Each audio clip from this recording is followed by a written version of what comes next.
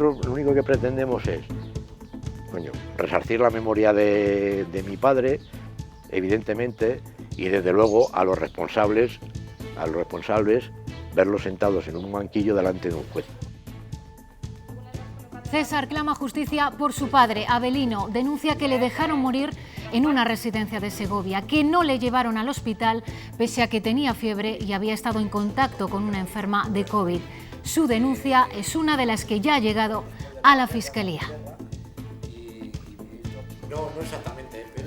Hola, ¿cómo están? Escucharemos la respuesta de la Junta, tajante en su defensa de la atención a los mayores en esta crisis. En Hora Sanidad se reúne con el Ministerio para abordar que toda la comunidad pase de golpe a fase 1 el lunes. El vicepresidente de la Junta insiste, quiere disipar cualquier duda. Olivia Guillén se pide pasar, dice Igea, porque se puede pasar. Sí, Alejandra asegura que no ha habido presiones económicas ni políticas para tomar esa decisión y puntualiza que si no se hubiese hecho con criterios sanitarios, aquí no dimitiría la directora de Salud Pública como sucedió en Madrid, sino que lo haría, dimitiría él mismo. Con el sector hostelero a medio gas, el vino no sale de estos depósitos. Las bodegas temen que las ventas se desplomen a la mitad. Se espera mucha uva, pero en el peor momento. Ese mayor margen de gasto a las autonomías del País Vasco y de Navarra es discriminatorio y socialmente inaceptable. Eso es lo que opina una de las primeras voces críticas con este acuerdo, la del presidente de los empresarios burgaleses. Son las reacciones al acuerdo entre PSOE y Bildu que luego abordaremos. Ayer ya superamos la barrera de los 30 grados, pero la cosa no se queda ahí. Las temperaturas van a seguir en ascenso. Francisco, ¿qué nos espera el fin de semana? Así es, Alejandra, de los 30 en Castilla y León y de los 35 en otros puntos de España. Mañana están activos por primera vez en 2020 los avisos por calor y de cara al fin de semana esperamos sobre todo mucho sol con algunas nubes en el extremo norte. Allí va a cambiar un poco la situación con algunas precipitaciones también el sábado y el domingo. La crisis del coronavirus está castigando con fuerza al deporte base de Castilla y León. Mientras las federaciones intentan capear el temporal como buenamente pueden, muchos son los clubes que ya ven peligrar su existencia. Puede pasar que de aquí al mes de septiembre, yo creo que se incorpore la actividad a lo mejor deportiva de forma reglada, pues que muchos de ellos pues terminen desapareciendo.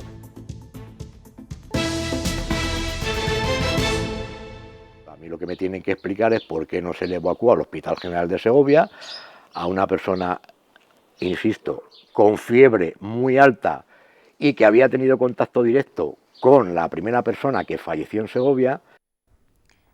Las primeras denuncias por la muerte de ancianos en residencias en esta pandemia comienzan a llegar a la Fiscalía. El testimonio de familiares como César es desgarrador.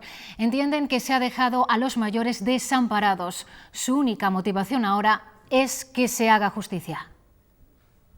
Tres chicas más. Avelino era un luchador, como los leones de su equipo, el Athletic de Bilbao. Aquí en el Hospital Clínico hace 12 años... cayó con un proceso de pancreatitis, 5 operaciones en la UCI y 12-13 años más de vida y ahora pues supuestamente se le ha llevado un bichito. César no ha podido despedirse de su padre. La última vez lo vio a primeros de marzo antes de suspender las visitas en la residencia de ancianos de Sancho Nuño, donde estaba y donde falleció poco después la primera víctima del coronavirus en Segovia. 3 semanas después recibió una llamada que no olvida. Me llama de allí a la residencia, un médico de urgencias de Cuéllar, me dice que mi padre está infectado, que le queda muy poco tiempo de vida y que él va a seguir el protocolo, que lo va a sedar para que no sufra. Ahora que se ha conocido el documento donde se daban las instrucciones de ese protocolo para no trasladar a los enfermos de las residencias a los hospitales, César reconoce que se siguió al pie de la letra con su padre y denuncia la injusticia que se ha hecho con los más mayores en esta pandemia. El mismo derecho en esta crisis sanitaria tiene la persona de 100 años con la persona de 3. Lo dice la Constitución. La pena y la rabia caminan juntas en este duelo porque quedan muchas preguntas sin responder. Si ha estado bien atendido, si realmente ha estado sedado y no ha sufrido, o realmente fueron 4, 5 o 6 días para él los peores de su vida. César y sus hermanos todavía no han podido recoger las cenizas de su padre en Cuéllar 1 mes y medio después de su fallecimiento, pero pelearán por resarcir su memoria. El padre de César murió en la residencia privada Virgen del Henar en Sancho Nuño, en Segovia. Allí han fallecido casi el 40% de los mayores por diferentes motivos desde el pasado mes de diciembre. La residencia ha cambiado de dirección en los últimos días y tanto el equipo actual como el anterior han rehusado hacer declaraciones.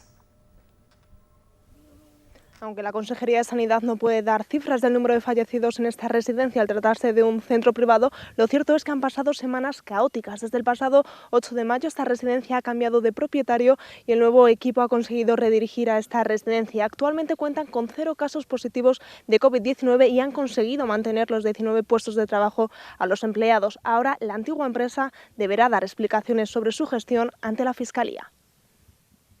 Todo esto afecta a todos, tanto a unos como a otros, y los propios gerentes de la residencia pues supongo que también están afectados. Ellos no eran profesionales de este ramo, llevo unos cuantos años con ella, hasta ahora no ha habido problemas de este tipo, pero supongo que ante el impacto de toda esta situación pues han decidido irse.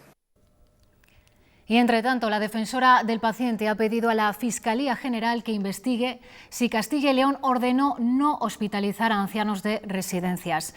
En una carta, Carmen Flores asegura que la orden vino de la Comunidad de Madrid y pide que se estudie por qué una comunidad puede decidir sobre otra. La defensora del paciente apela también a la sensibilidad de la Fiscalía. Dice que es un horror que tome medidas porque las residencias no pueden suplir hospitales ni deben ser una trampa mortal para los mayores. Nosotros siempre hemos defendido que cuando una persona está mala, donde tiene que acudir es al hospital, ¿no? El hospital es el sitio donde se cura a la gente y por contra nosotros en las residencias somos centros donde cuidamos a la gente. La Junta de Castilla y León considera una vergüenza que se esté cuestionando ahora la atención dada a los mayores en esta crisis.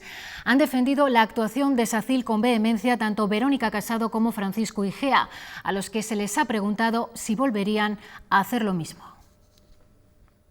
Se ha hecho lo que se tenía que hacer y se ha hecho como se tenía que hacer. Y vuelvo a decir, volvería a hacer lo mismo. Es inadmisible. Y como hemos dicho todas las veces, la justicia es una garantía para todos. No le tememos a nada. Y lo que ha dicho la consejera lo haría 1000 veces y yo lo firmaría 1000 veces.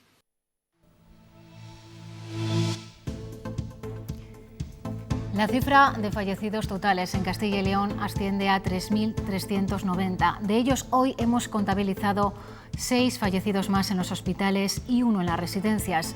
Es un leve repunte con respecto a las cifras de ayer. En cuanto a los contagios diarios, hoy se han registrado 43. Es una cifra prácticamente idéntica a la de ayer. Esto quiere decir que pese al incremento registrado en España, los datos de nuestra comunidad se estabilizan. Son los datos de hoy jueves, día en el que la Consejería de Sanidad se reúne con el Ministerio para abordar el cambio a fase 1 de toda la comunidad. Será tan solo en unas horas. Con el mapa de la comunidad en la mano, nos hemos preguntado por qué hay diferencias en el número de casos en zonas prácticamente colindantes. Y la explicación no tiene que ver solo con los contagios, sino también con las PCRs realizadas. Nos encontramos en la frontera entre 2 zonas básicas en pleno centro de Valladolid. Estamos en este punto que es la zona de San Pablo, un área verde. Tiene solo 3 casos diagnosticados en los últimos 14 días. Sin embargo, si cruzamos el puente nos iríamos hasta la zona de La Victoria, que es un área naranja. Tiene 11 casos en las últimas 2 semanas. Como ven, una diferencia de tan solo 8 casos, que podría corresponder perfectamente a 2 familias contagiadas, es determinante a la hora de catalogar la situación epidemiológica de cada zona, aunque haya solo unos metros de diferencia. Los habitantes de esta calle están en una zona verde, los de esta otra en un área naranja. Las características epidemiológicas que tenga el área de salud hace que, sin duda, a pesar de ser tan aparentemente similares, no lo son en absoluto. La situación es muy diferente cuando solo hay 50 metros de diferencia. Las 2 pasarán de fase el lunes, si el Ministerio lo permite, aunque uno de los criterios de la Junta es contabilizar los casos por cada 10.000 habitantes. Hay bastantes diferencias entre zonas colindantes. Encontramos otro ejemplo en la capital de Zamora. Aquí el área de Santa Elena cuenta 2 casos por cada 10.000 personas, mientras que Puerta Nueva suma 12. Aunque en esta última se han hecho 390 PCRs y en Santa Elena solo 200, es decir, la mitad. Pero también definen otros criterios, como por ejemplo el haber establecido un mínimo de 2 pruebas PCR por cada uno de los casos confirmados. La Junta ha confirmado que en esos casos no habrá división al avanzar. El criterio es que cuando hay 2 zonas en un municipio, el municipio avanza y retrocede entero. No avanza por separado. Es la solución, dicen, sensata ante situaciones tan cercanas y a la vez tan distintas. La Junta insiste, hoy lo ha hecho el vicepresidente Egea, en que se puede pasar porque se pide pasar, mejor dicho, porque se puede pasar de fase, que no hay presiones ni económicas ni políticas. Y Olivia Guillén, presidencia, Egea sigue defendiendo como unidades las zonas básicas de salud. Sí, a pesar de las críticas de algunos alcaldes, Egea asegura que en las zonas básicas de salud es donde mejor se puede realizar el seguimiento. Ha querido contestar al alcalde de Valladolid, a Óscar Puente, que calificaba la situación de Castilla y León de puzzle. Egea asegura que es mejor un puzzle de 1000 piezas que uno de 9 de Winnie the Pooh, y que aunque se quiten algunas de esas piezas, se sigue viendo el conjunto del puzzle. Se pasará de fase porque sanitariamente se puede o no se pasará, y para que no haya dudas el vicepresidente decía esto. En esta comunidad no dimitirá la directora general de Salud Pública. En esta comunidad dimitirá el vicepresidente. Si esto sucediera. De ninguna de las maneras se va a tomar una decisión en contra de los criterios epidemiológicos, de los criterios de salud pública. Nadie lo ha planteado, nadie lo plantea. Niega Egea que haya habido presiones económicas y que se esté avanzando a marchas forzadas. Niego la mayor. No hay marchas forzadas. No hay marchas forzadas. No se está acelerando. Se está siguiendo el ritmo que nosotros queremos seguir y el que queríamos seguir. De momento vamos a mantener la movilidad en fase 1 dentro de la provincia. Dice que si fuera así, lo que estaría en juego es el cumplimiento estricto por parte de los ciudadanos y que no hay dicotomía entre salud y economía. El criterio seguirá siendo las zonas básicas de salud, por muy pequeño que sea el puzzle. Recuerden aquellos puzzles, ¿no?, de los canales de Venecia con 1000 piezas, pues si uno quita 2 piezas o 3 piezas, sigue viendo el canal, sigue viéndolo. Si en cambio si tiene uno un puzzle de 9 cubitos de Winnie the Pooh, pues si quita un cubito, pues le quita la cabeza. El Ejecutivo pide responsabilidad y prudencia, distancia social, por muchas ganas que tengan los nietos de poder abrazar a sus abuelos. Mañana sabremos si la propuesta de Castilla y León pasa el examen del Ministerio. En esa propuesta se recoge también que las 26 zonas básicas de salud que iniciaron la desescalada pasen también el lunes a fase 2. Entre ellas Torquemada, en Palencia, cuya población lleva un mes sin contabilizar positivos. Llevan cerca de 2 semanas disfrutando de las terrazas, de poderse tomar algo al aire libre, de estar servidos por un establecimiento, pero de cara al próximo lunes ya saben que lo van a poder hacer también en el interior de los establecimientos. Ya se preparan los bares y restaurantes de Torquemada para ese cambio. Los vecinos también lo reciben con ilusión, pero con la precaución y el cuidado que les ha caracterizado, que les ha hecho líderes en la desescalada de la provincia palentina. De hecho, llevan aquí en la zona básica de salud de este municipio un mes sin registrar ningún contagio nuevo. Pues creo que cuando más se venda será cuando pueda venir la gente de fuera, los de Bilbao y los de Madrid. Más que económicamente ha sido positivo porque ha sido una toma de contacto con la gente, con los clientes, con los amigos.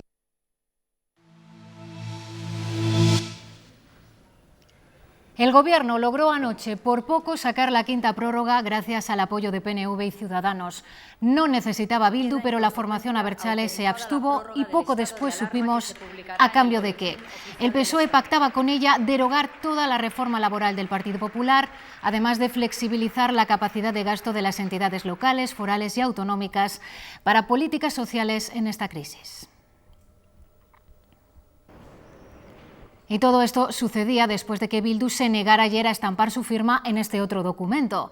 La declaración en la que el Partido Popular, PSOE, PNV y Podemos condenaban los últimos actos proetarras en el País Vasco. Amenazas y pintadas como las que van a ver en el domicilio de la secretaria general de los socialistas vascos, Idoia Mendia. Con las elecciones vascas en el corto plazo, Bildu no suscribe el comunicado, aunque dice rechazar los hechos. Bueno, pues por si todo esto fuera poco, al hecho de alcanzar un acuerdo con Bildu se une el lío que se ha montado con los puntos acordados. Derogación íntegra o solo los aspectos más lesivos de la reforma laboral. El PSOE matizó anoche ese acuerdo, pero Congreso, Álvaro Elúa, el asunto ha derivado en un enfrentamiento en el seno del propio gobierno de coalición. Sí, buenas tardes, Alejandra. Pacta sunt servanda. El pacto obliga, ha subrayado esta mañana el vicepresidente del Gobierno, Pablo Iglesias. Para Podemos no hay rectificación posible con lo firmado y reta a derogar de forma íntegra la reforma laboral. El ministro de Transportes habla de acuerdo parlamentario que no compromete al Gobierno y el resto de partidos cuestionan la forma de hacerlo público, al acabar el pleno y tras tener asegurado el sí de Ciudadanos. Esto que van a ver es todo lo que ocurrió en el transcurso de apenas 4 horas. Queda, en consecuencia, autorizada la prórroga del estado de alarma. El pleno acaba, son las 8 de la tarde. Minutos antes, mensaje de Pedro Sánchez a Bildu. Agradezco que ustedes no entorpezcan con un voto contrario y sí con la abstención. Una hora después se hace público este acuerdo con Bildu para asegurar su abstención. Los firmantes acuerdan 3 puntos. El primero, derogar la reforma laboral durante la crisis sanitaria. Bildu reconoce que el acuerdo se estaba negociando desde la mañana. Estas cosas no se hacen de un momento a otro. Estaba claro que teníamos ese acuerdo. Poco antes de las 12 de la noche la prensa recibe este mensaje. El PSOE matiza con carácter urgente. Solo se modificarán 3 puntos de la reforma de 2012. Para Podemos no es suficiente. Hoy Pablo Iglesias reta a los socialistas. En el pacto que se firma ayer, que firman los máximos responsables de los 3 grupos parlamentarios, ese es el acuerdo. Pacta sunt servanda. Nadie entiende el acuerdo con Bildu si el Ejecutivo ya tenía el compromiso de Ciudadanos, que hoy ya ha pedido al Gobierno que aclare qué busca con este acuerdo. Está diciendo que han pactado con Bildu por culpa del PP. Obviamente, aunque uno se ponga en la posición negacionista, se instale en el no a la interlocución, sus números siguen contando. Hoy el portavoz de Esquerra Republicana ha recordado su intervención ayer. ¿De qué va esta legislatura? ¿De qué va? Desconcierto también en el País Vasco. El PNV ha sido el principal socio de Sánchez e Iglesias desde su investidura y quedan escasos 2 meses para las elecciones vascas. El acuerdo con Bildu se ha convertido en una tormenta fenomenal que trasciende lo político.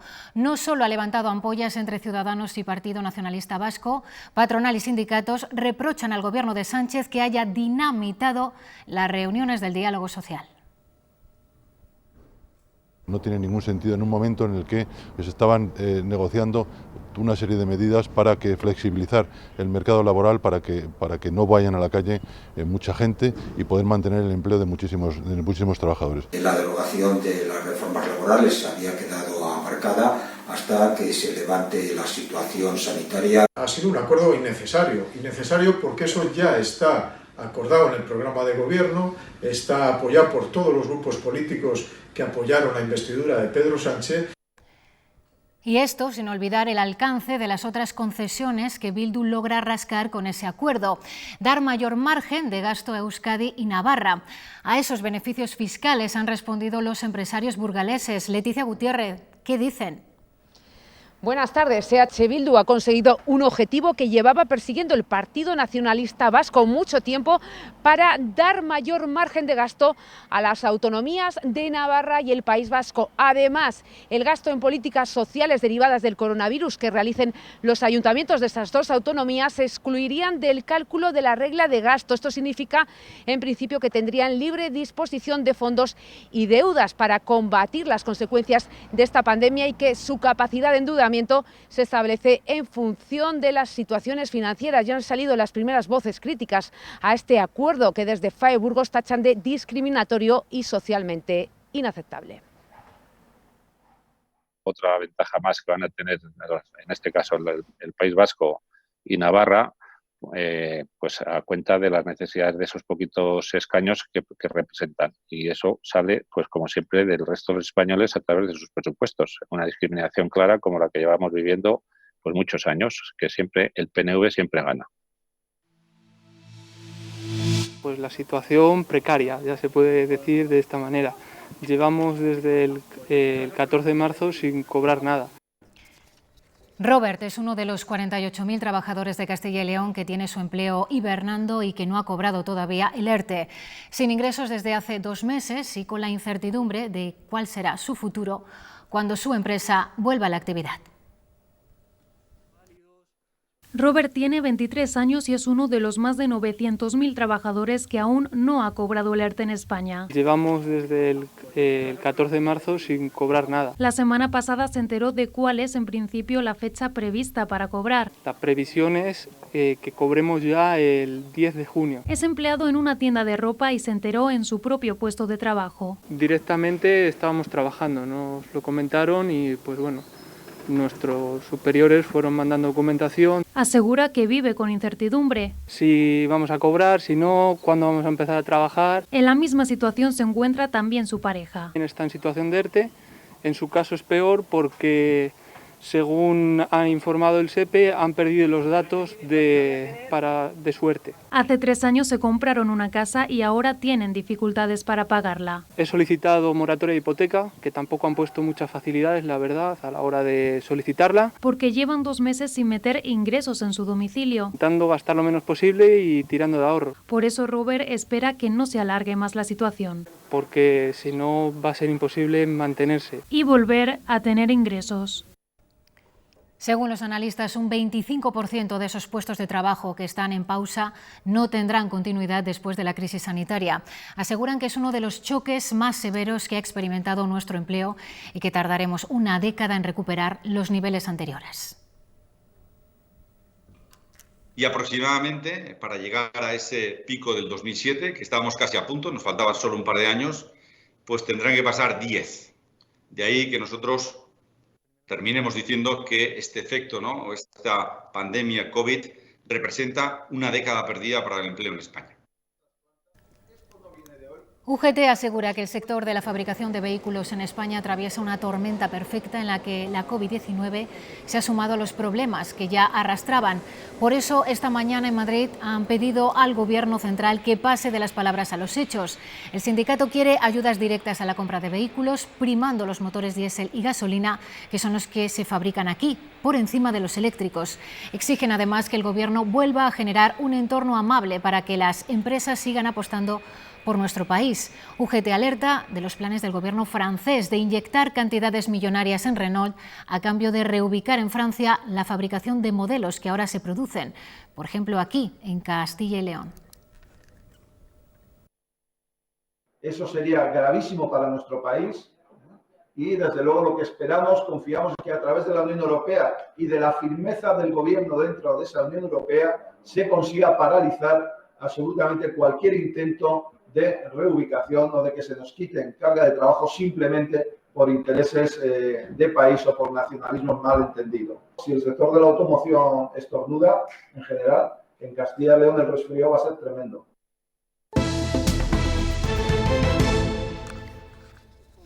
Así como ven, está el viñedo en la zona de la denominación de origen Rueda. El ciclo sigue su curso en una campaña con buenas expectativas. El invierno cálido y las lluvias de las últimas semanas han ayudado. Si no hay imprevistos, los más de 15.000 viticultores de la comunidad esperan una campaña de mucha cantidad y de muy buena calidad. El viñedo está perfecto. Se ve el estado vegetativo del viñedo, no hay más que verlo, es espectacular, ha brotado todo y la muestra es espectacular y nosotros ahora mismo simplemente seguimos cultivando el viñedo exactamente igual que cualquier campaña. Luego lo que venga ya veremos a ver. Pero la vendimia traerá mucha uva justo en el peor momento. Con bares y restaurantes cerrados, el vino no sale de las bodegas. La situación es aún más complicada en las productoras de vinos jóvenes, blancos y rosados, que deben consumirse en el año. La situación preocupa a un sector de gran peso, con 600 bodegas, 13 marcas de calidad y que acapara el 25% del mercado nacional. Con hoteles, bares y restaurantes cerrados, el vino no sale de los depósitos. Las bodegas venden 8 de cada 10 botellas al canal Horeca. El consumo ha descendido pues, enormemente. Si bien es verdad que las exportaciones se mantienen y que la venta online ha crecido muchísimo, pero en ningún caso para equilibrar o completar las cifras de años anteriores. Las embotelladoras están a medio gas, prevén un año muy complicado. Las previsiones de venta pues inferiores al 50% con respecto al año pasado. Todo ello con las bodegas llenas y con vino que tendríamos que haber vendido y que no hemos vendido aún. El tiempo corre en contra de los vinos blancos que deben consumirse en un año. Se espera una gran cosecha y si no hemos sacado ese vino del año anterior, pues evidentemente no vamos a poder meter el mosto nuevo. Algunos productores no tendrán más remedio que destilar el vino que no hayan vendido, convertirlo en alcohol. El segundo problema está en el viñedo. Si no hay capacidad para recoger nuestra uva, estamos preocupados porque ¿qué pasará? Si habrá que tirarla, si no se recogerá. Es una preocupación que tenemos porque quedan 3 meses. El trabajo en este caso habrá que hacerlo en el campo, con la vendimia en verde. Antes de que lleguen a su maduración, nosotros les cortaríamos. Todo con el objetivo de reducir la producción. Solo en la denominación de origen Rueda el año pasado etiquetaron 92 millones de botellas. Tampoco adquieren vino las empresas de distribución. Han tenido que pagar el stock con el que cuentan, pero sin darle salida. Así que por el momento sus almacenes continúan vacíos. Estas estanterías estaban antes repletas de cajas de vino. Ahora lucen, como ven, prácticamente vacías. Estos almacenes de distribución trabajan con más de una veintena de las bodegas más representativas del sector del vino. De cara a la fase 1 han hecho un cálculo. Por ejemplo, en Valladolid solamente van a abrir un 4% de los establecimientos hosteleros. Camiones parados y poco movimiento en este almacén que ha visto cómo su actividad ha caído un 95%. El vino representa un 33% del volumen de facturación de esta empresa, pero ahora mismo almacenado solo cuentan con una ocupación de cajas y botellas de vino del 4%. Lo que hemos hecho ha sido agotar existencias. Las pocas tiendas que quedaban abiertas de alimentación, aquellas tiendas especializadas y demás, y algún particular. Es la pequeña salida que ha ido habiendo de estos vinos durante todo este tiempo, de manera que nos hemos quedado prácticamente pues, con lo mínimo de stock. Era de noche todavía, a las 5:30 de la madrugada los Reyes han visitado Mercamadrid. Allí hemos podido ver a Felipe VI saludando con el codo a los trabajadores, a quienes después los monarcas han aplaudido en reconocimiento a su importante labor para garantizar la distribución de alimentos durante el estado de alarma. El ganadero burgalés Antonio Bañuelos es el nuevo presidente de la Unión de Criadores de Toros de Lidia, que representa a 350 ganaderos de España, Francia y Portugal. Bañuelos asume este cargo en uno de los momentos más críticos para el sector, con todos los eventos taurinos de la temporada suspendidos. Los criadores se unirán a una demanda judicial contra el Ministerio de Cultura que coordinará la Fundación por la falta de ayudas a su sector y se plantean crear una federación para regular mejor su actividad.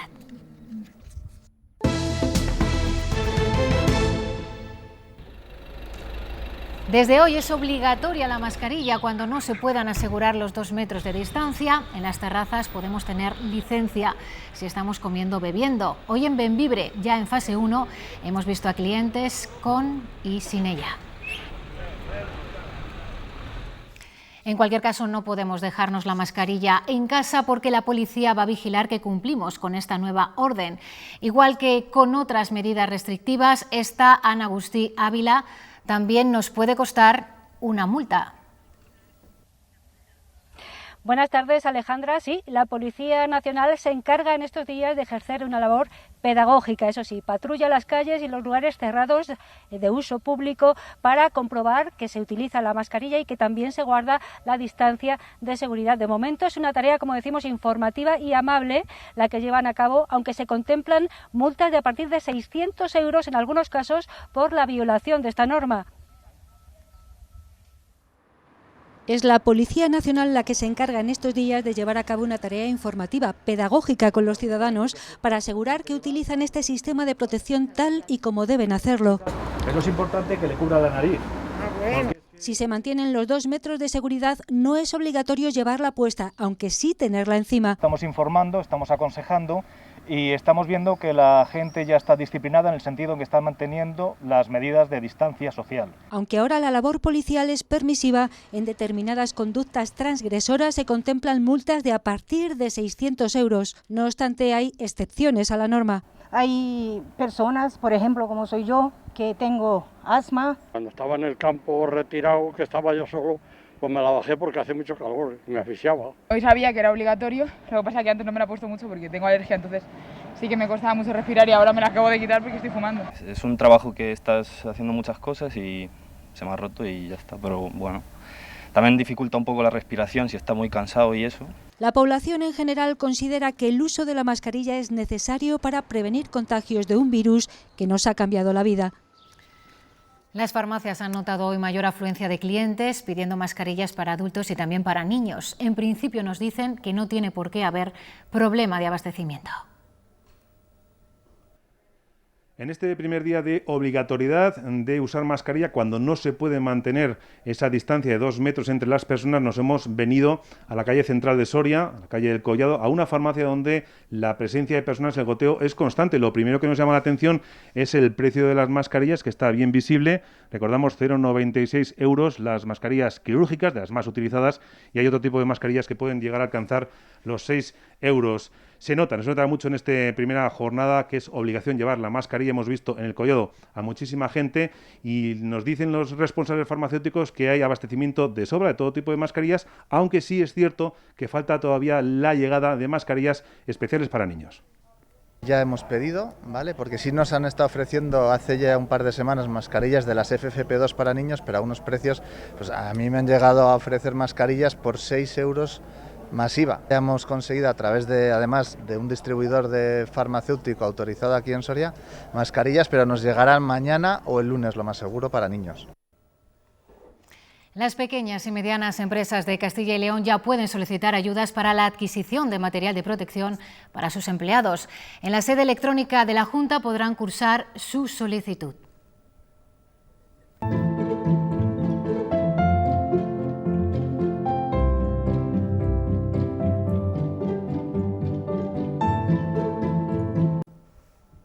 La subvención será del 80% del gasto con un máximo de 2.000 € por empresa. Esta línea de ayuda se enmarca dentro de los acuerdos aprobados por el diálogo social.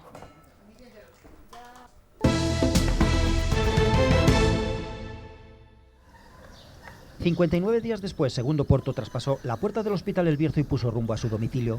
Alegría de ver la calle y ver a la familia. Y lo primero que hizo fue fundirse en un largo abrazo con sus hijos, una familia que ha estado en vilo muchas semanas, especialmente el mes que pasó en cuidados intensivos. Contentísima, con todo lo que hemos pasado y hemos vivido, muy contenta, la verdad, porque no esperábamos nada porque fuera para casa. No me llegaron a decir la gravedad que tuve, ni que estuve más para el otro lado que para este.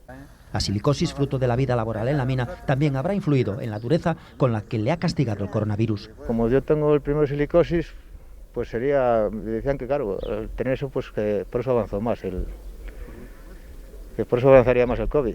Pero el carácter que imprime la mina también le ha permitido no rendirse nunca. Hoy, 21 de mayo, Segundo Porto recordaba el encierro de más de 50 días en el Pozo Santa Cruz en defensa del sector minero. Bueno, pero aquel fue voluntario, fue porque quise. Este casi viene forzado, viene obligado. En aquel nadie me mandó meterme. Sabe que tiene un largo trabajo por delante, mucha fisioterapia para empezar a recuperar lo perdido, porque dice que él ahora no es él. Pero eso, con lo que ha pasado, asegura, va a ser solo una broma. Y tenemos noticia de última hora que acaba de llegar hasta nuestra redacción. Pasamos a contársela. La Sala de lo Contencioso Administrativo del Tribunal Superior de Justicia de Castilla y León ha estimado los recursos interpuestos por el partido político Vox y ha declarado nulas las resoluciones de las subdelegaciones del Gobierno en Ávila, Burgos, León, Palencia, Salamanca, Segovia, Soria, Valladolid y Zamora, que prohibían las manifestaciones convocadas por esta formación política en forma de caravana para el próximo día 23 de mayo. La Sala, además, ha reconocido el derecho de este partido político, de Vox, a llevar a cabo dichas manifestaciones. Es una noticia, como decimos, de última hora. El Tribunal Superior de Justicia de Castilla y León se pronuncia a favor de las manifestaciones convocadas por Vox para el día 23 de mayo en las ciudades de Castilla y León. Y seguimos adelante. En Valladolid han comenzado las obras de peatonalización de 3 calles del centro y en los primeros trabajos han aparecido lo que van a ver, huesos de un calibre importante. Esta misma mañana, algunos de los vecinos de la calle Constitución han podido captar esta imagen. Los arqueólogos de la obra tendrán que estudiar su importancia. En la zona, históricamente, se asentó la capilla de un convento que acogió los restos de Cristóbal Colón y los huesos podrían pertenecer a esa capilla. Y hoy nos vamos a despedir con música, en concreto con el vídeo que media docena de músicos abulenses han grabado para agradecer a los sanitarios todo su trabajo, además de mandar al resto un mensaje de esperanza. Ahora llegan los deportes y más información, ya lo saben, esta tarde a las 8:30. Nos vemos mañana. Que tengan un feliz día. Adiós. Todo surgió cuando el abulense Juan Carlos Delgado decidió agradecer la labor que están realizando los sanitarios y homenajear a los fallecidos por el virus. Para intentar crear un punto de concienciación en el tema de la solidaridad, que va a ser súper necesaria en los tiempos de desastre socioeconómico que se aproximan. Para ello decidió adaptar la letra de la conocida canción Todo a pulmón de Alejandro Lerner. Pero para realizar este proyecto recurrió a 6 músicos abulenses que se sumaron al instrumental, además de poner las voces. Ves la letra, ves la canción en la que nos vamos a apoyar, ¿no? y dices, va, pues es bonito. Nos mueve la música, nos mueve que se pueden dar mensajes muy bonitos a través de la música, que se pueden sacar sonrisas y lágrimas. Aseguran, ha sido una tarea compleja desde sus casas. Cada uno grabando con un móvil entre cojines en casa. Hemos hecho con coladores, peines, cucharones de madera, lo que teníamos por casa. Pero con cariño y la organización precisa consiguieron sacarlo adelante. Organizamos las pistas de guía, organizamos el sistema de telefonía y con esto pues montamos el vídeo que ha tenido este resultado. Un vídeo con el que también quieren trasladar un mensaje de esperanza a toda la ciudadanía.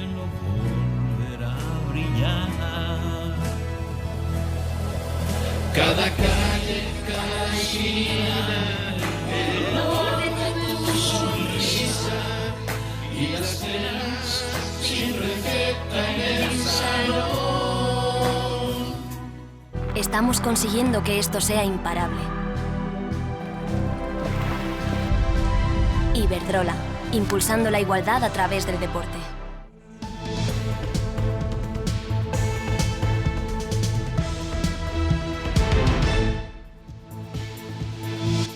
Puede pasar que de aquí al mes de septiembre, yo creo que se incorpore la actividad a lo mejor deportiva de forma reglada, pues que muchos de ellos pues terminen desapareciendo.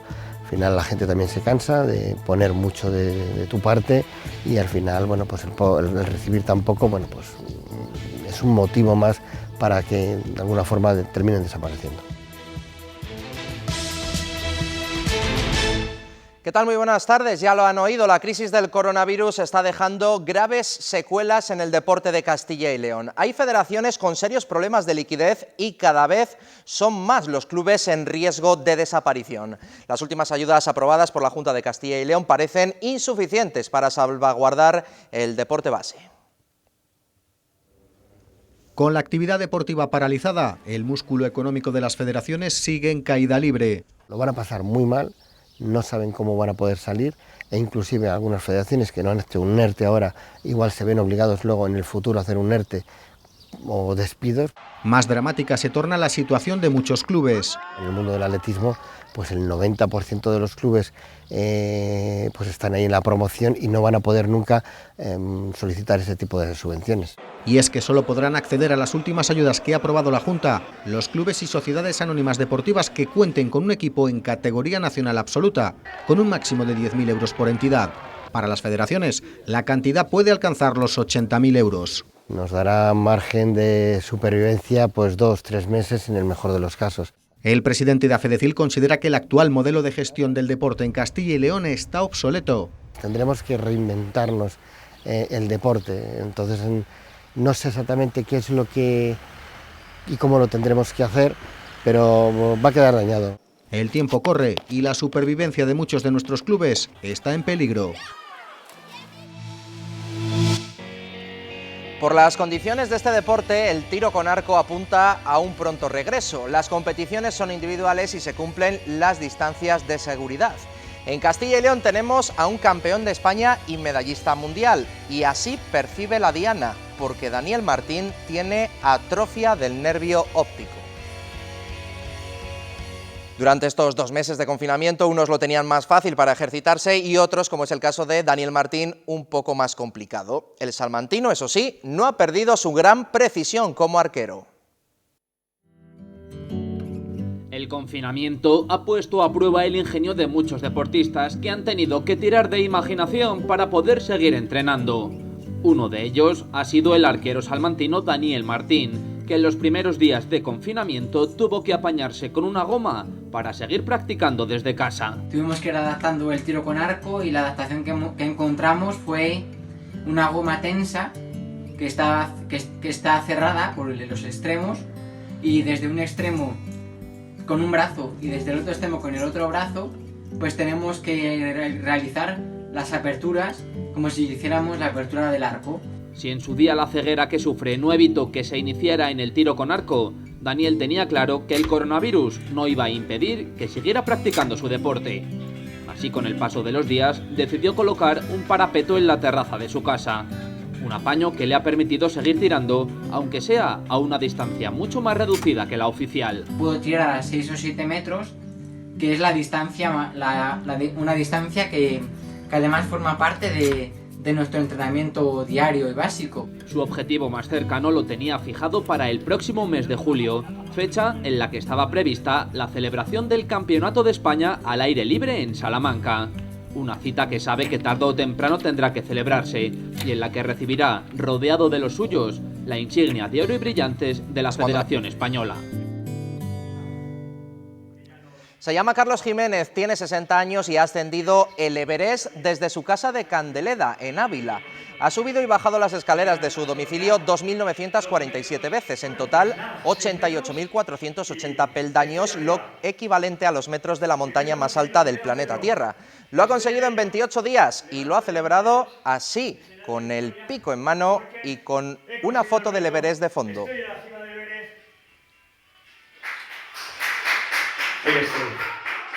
Estoy cansado pero muy contento. Se me ha acusado a mí personalmente y también a la asociación de supuestos hechos delictivos que son absolutamente falsos.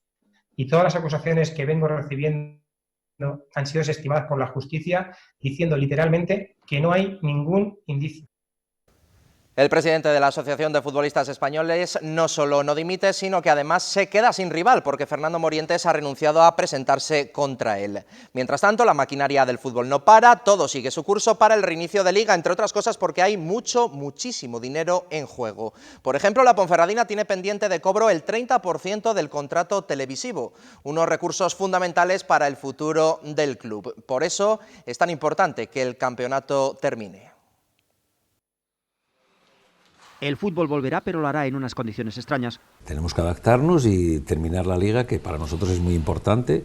Estamos jugándonos mucho. Una vuelta imprescindible, asegura el presidente de la Ponferradina, porque son muchos los recursos en juego procedentes de la televisión. Queda casi el 30%, el 20 y tantos % nos queda por cobrar.